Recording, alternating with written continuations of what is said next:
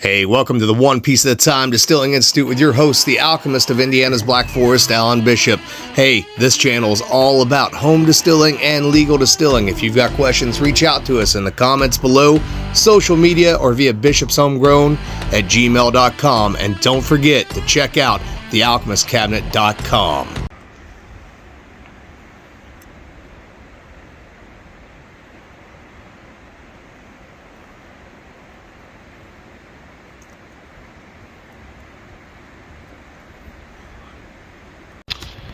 Hey guys, back again with the One Piece at a Time Distilling Institute. So I was asked to put together a video presentation of the work at the Spring Mill / Daisy Spring Mill Distillery that we're restoring here in southern Indiana in Lawrence County for the Friends of Spring Mill for their upcoming meeting that I'm not going to be able to make because of my cataract surgery.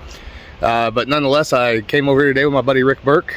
Of course, my dad's with me, and thought I'd do a little tour, talk about the work that's been done so far, the work that is yet to be done, and that way it can be shared amongst the Friends of Spring Mill at their meeting, as well as amongst our viewers here on the One Piece at a Time Distilling Institute. So I'm gonna go ready and turn the phone off. I'll come back to it whenever I get in the building and show you what we've got so far as equipment, give you an update on that equipment, as well as an update on various different things to do with the Indiana Distillers Guild, and an update on the work that is yet to come.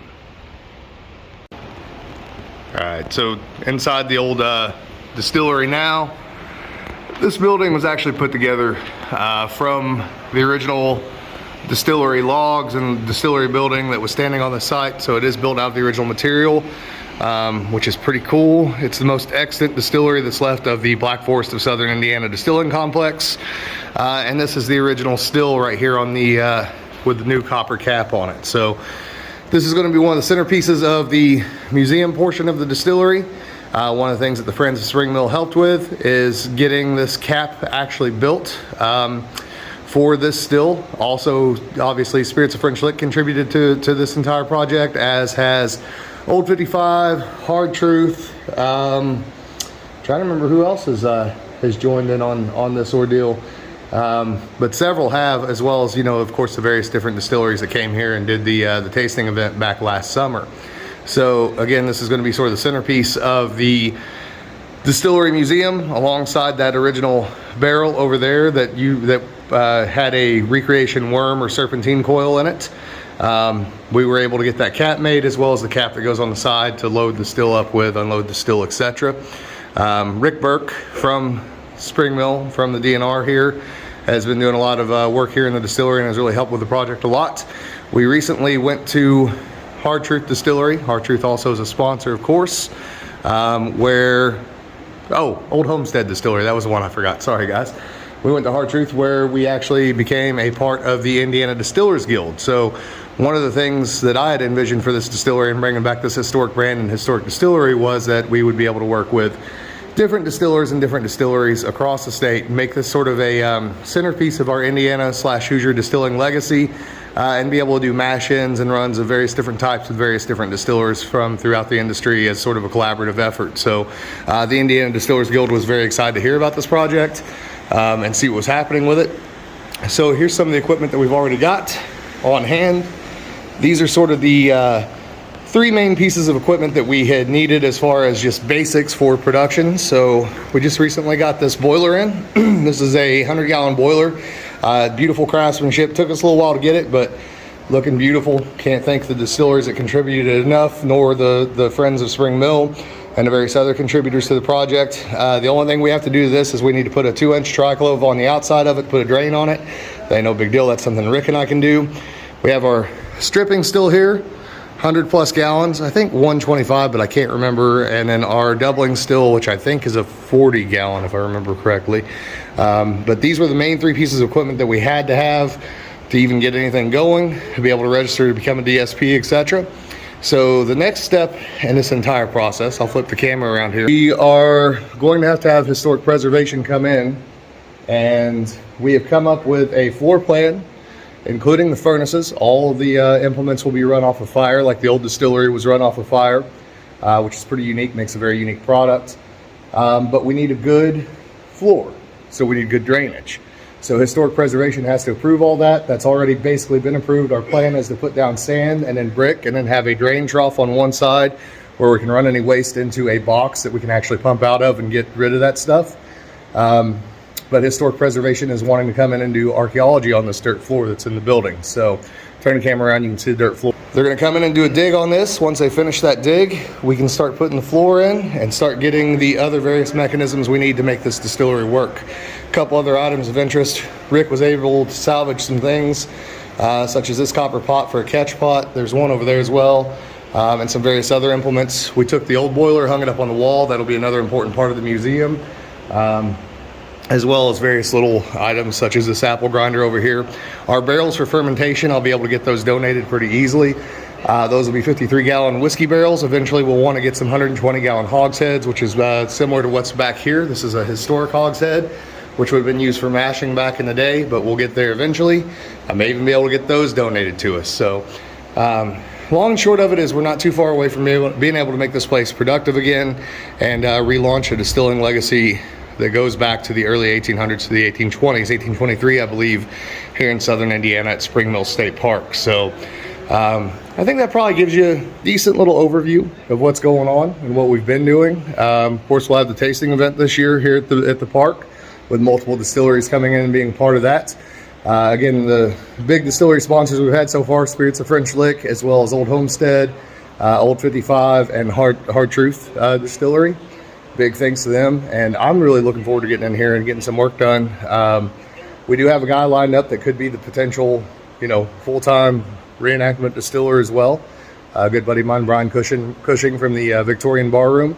So all that stuff is done and out of the way. As far as where they're at with the regulatory stuff, with all the licensing and everything, you'd have to talk to Mark or Coletta from Spring Mill to get a better idea of where they are on that process. My side of it's just getting it functional and getting all the equipment we need. Now there is going to be some other equipment that we need, some various different pumps and things of that nature, an air compressor, etc.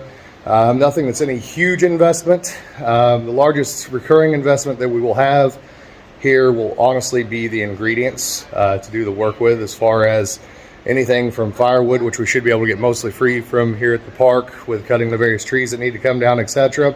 But then following that would be the grain, the fruit, any of those various ingredients you're going to need to make your whiskeys or your brandies, etc. But we're a whole lot closer than what we were, and we've got a really cool facility here, again, with a lot of excellent artifacts, including the ones I showed you, but as well as an old barrel brand that says copper distilled, which we do plan on using to brand a couple things with. So maybe even being able to brand some barrel heads and actually sell those barrel heads as a fundraiser to bring some more money in for the future equipment, bottles and ingredients and such that we're going to need like that. I think that gives you a pretty good overview overall, but flip the camera around one more time, take you for one more little walk around.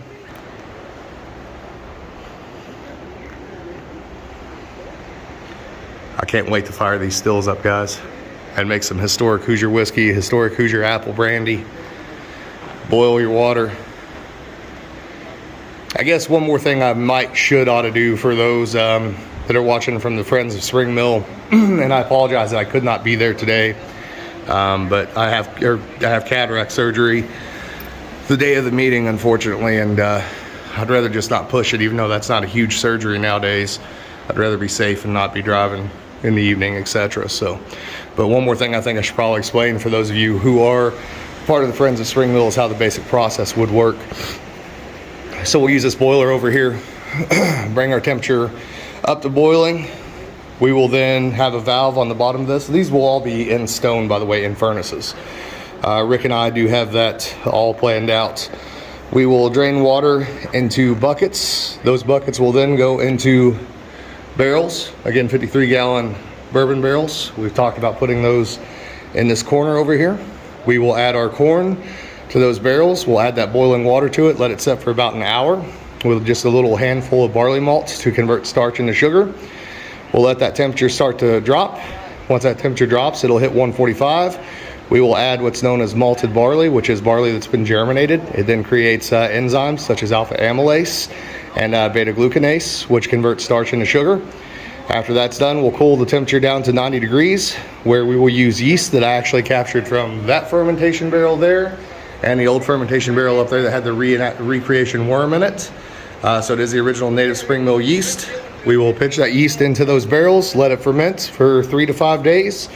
At that point, we will then bucket and or pump all of that wash into these stills, build a fire, or into this still, build a fire underneath the still, bring the temperature up to 172.3 degrees. Ethanol boils for water. The vapor is going to rise, hit this copper helmet, come across what's called the line arm, over to the serpentine condenser. We'll have cold water going into this, hot water flowing out of the top.